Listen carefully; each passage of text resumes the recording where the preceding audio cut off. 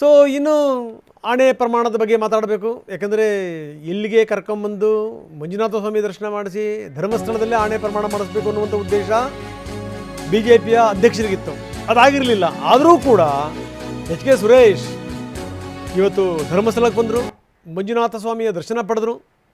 ಅದಾದ ಮೇಲೆ ಪ್ರಮಾಣ ಕೂಡ ಮಾಡಿದರು.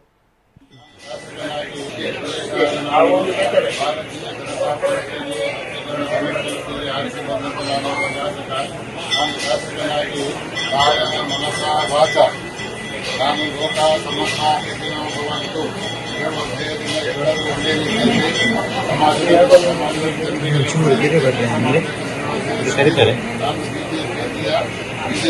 ನಾಯಕನಾಗಿ ಬಂದಿದ್ದೇನೆ.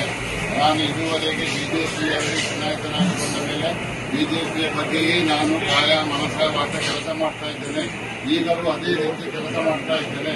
ನಾನು ಇದರ ಬಗ್ಗೆ, ಇದರ ಮತದಾನದ ಬಗ್ಗೆ, ಇದರ ವ್ಯವಹಾರದ ಬಗ್ಗೆ, ಇದರ ಆಚಾರ ವಿಚಾರದ ಬಗ್ಗೆ ನಾನು ಬೇರೆ ಅಡ್ಡದಾರಿ ಹಿಡಿಯಲಿಲ್ಲ. ನಾನು ಭಾರತೀಯ ಜನತಾ ಪಾರ್ಟಿಯಾಗಿ ಹೃದಯಪೂರ್ವಕವಾಗಿ ಕೆಲಸ ಮಾಡ್ತಾ ಇದ್ದೇನೆ. ನನ್ನ ಮೇಲೆ ಯಾವ ಹೇಳವಾದ ಅಪವಾದ ಹಾಕಿದ್ದಾರೋ ಕೊಡಬೇಕು.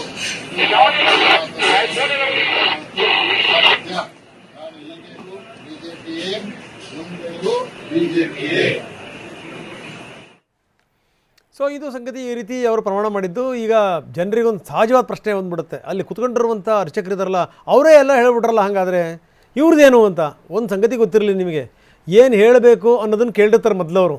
ಇವ್ರು ಹೇಳಿದ್ದನ್ನು ರಿಪೀಟ್ ಮಾಡಿದ್ದಷ್ಟೇ, ಮತ್ತು ಅದೊಂದು ರೀತಿಯ ತಪ್ಪು ಸಂದೇಶವನ್ನು ಆಗಿಬಿಡಬಾರ್ದು.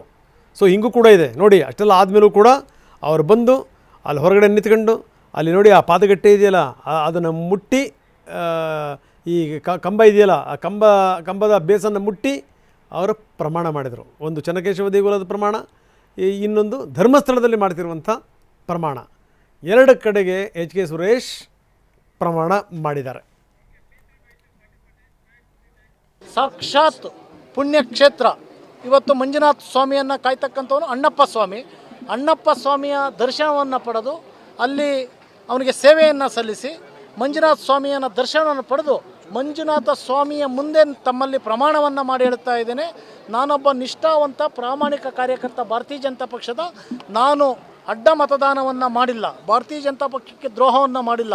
ನಮ್ಮ ಅಧ್ಯಕ್ಷರು ವಿಪಕ್ಷ ನಾಯಕರು ಸೂಚಿಸ ಅಭ್ಯರ್ಥಿಗಳಿಗೆ ನಾನು ಮತವನ್ನು ಹಾಕಿದ್ದೇನೆ. ಅದಕ್ಕೆ ಮಂಜುನಾಥ ಸ್ವಾಮಿನೇ ಸಾಕ್ಷಿ, ನನ್ನ ಕ್ಷೇತ್ರದ ಜನತೆಯ ಸಾಕ್ಷಿ ಅಂತದಕ್ಕೆ ನನ್ನ ಕ್ಷೇತ್ರದ ಎಲ್ಲ ಮುಖಂಡರೊಂದಿಗೆ ಇವತ್ತು ಬಂದು ಮಂಜುನಾಥ ಸ್ವಾಮಿಗೆ ನನ್ನ ಭಕ್ತಿಯನ್ನು, ಭಾವನೆಯನ್ನು ಭಗವಂತನ ಮುಂದೆ ನಾನು ಪ್ರಾರ್ಥನೆ ಮಾಡಿ ಹೋಗ್ತಾ ಇದ್ದೀನಿ ಅಂತಲ್ಲ, ಭಗವಂತನ ಮುಂದೆ ನಾನು ಅಡ್ಡ ಮತದಾನವನ್ನು ಮಾಡಿಲ್ಲ ಅಂತಕ್ಕಂಥದ್ದನ್ನು ನನಗೆ ಕಳವಿಲ್ಲ. ಅದರಿಂದ ಭಯ ಇಲ್ಲದಲೇ ಪರಮಾತ್ಮನ ಮುಂದೆ ಹಂಗಲಾಚಿ ನಾನು ಹೇಳ್ತಾ ಇದ್ದೀನಿ.